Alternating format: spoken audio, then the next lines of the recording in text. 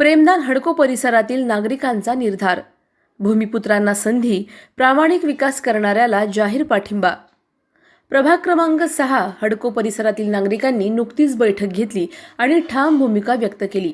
नागरिकांनी स्पष्ट केले की हडकोतील भूमिपुत्रांना संधी दिली जाईल आणि त्यांच्या पाठीशी खंबीरपणे उभे राहणार आहेत.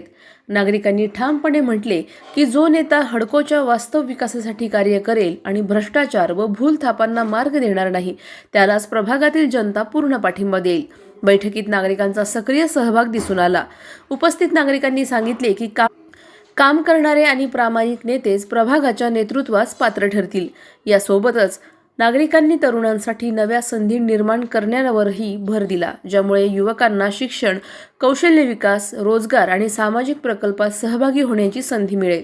हडको परिसरातील नागरिकांचा हा जाहीर इशारा स्थानिक नेतृत्वासाठी स्पष्ट संदेश देणारा ठरला, तर तरुणांसाठी उघडलेली संधी भविष्यातील नेतृत्व घडवण्याची दिशा ठरेल.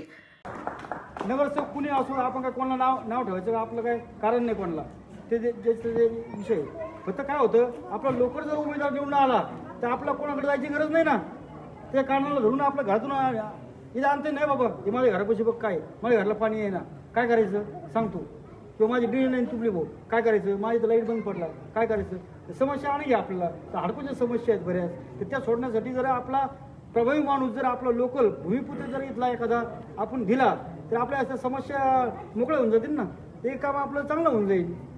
तर एक मताने आणि एक विचार करून आपल्या इथं जवळ राहणारा, आपल्या जवळचा आणि आपल्या हडकोटला या उमेदवारांचा आधी आपण विचार करायचा. तो कोणत्याही पक्षाचा असो, आपल्याला पक्षाचं हे नाही.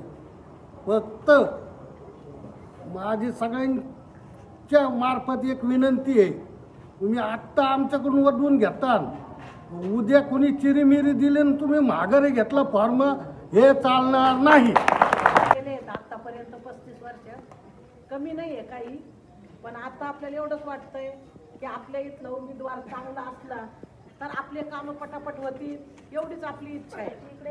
आणि सर्वांना आपण हेच सांगणार. देखील असल्यामुळे ना खास चांगल्या व्यक्तीला चान्स भेटला नाही, ती संधी आता आपल्याला जाता कामा नाही. एक नवीन उमेदवार आपल्याकडनं तयार होतोय, त्याला आपण नक्कीच प्राधान्याने सर्वांनी सपोर्ट करायला पाहिजे. आपल्या जो स्थानिक इथं राहतो, आता खरं म्हणजे आता प्रत्येकाला आपल्या आपल्या घरातल्या समस्या आपल्याला माहिती असतात. का बरं? कारण की आपण त्या घरात राहतो. मग तसं हडकोच्या समस्या सगळ्यात जास्त हडकोच्या लोकांनाच माहिती असतात की बाबा काय प्रॉब्लेम. आपले प्रॉब्लेम काय मोठे नाही, छोटे छोटे असतात.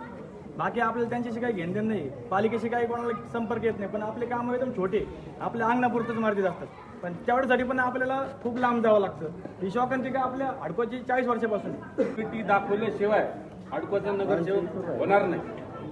त्यासाठी हडकोत आता ही आपण ह्या भागात आयोजन केलंय चर्चेचं, तसं आपल्या प्रत्येक भागामध्ये आपण आयोजन करावं असं माझं म्हणणं आहे.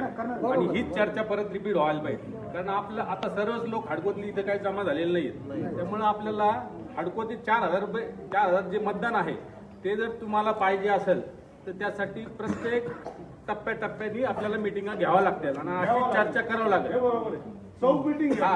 आणि हा जो सर्वांनीच सांगितलेलं आहे की बाबा हडकोतला नगरसेवक व्हायला पाहिजे, त्याचं कारण काय, तो हक्काचं आहे, आपण त्याचं बोर्ड धरून त्याला घेऊन जाऊ शकतो. बाकीचे सगळे लॉर्ड फॉकलँड लोक आहेत, मागच्या याच्यात आम्ही पाहिलेले. फक्त एक करण बिचारा येत होता, करण करायला यायचा, काही गाजांना हातपाय हलवायचा, पण त्याच्याने बी जेवढं त्याला जो हे करता नाही आलं तर त्याचं आता हे राजकारण असतं सगळं भाग, तो भाग वेगळा आहे.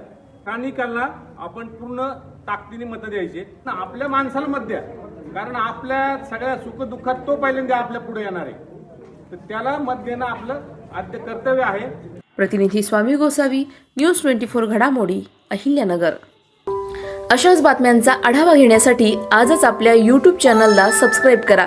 बातमी आवडल्यास लाईक करा आणि इतरांपर्यंत शेअर करा.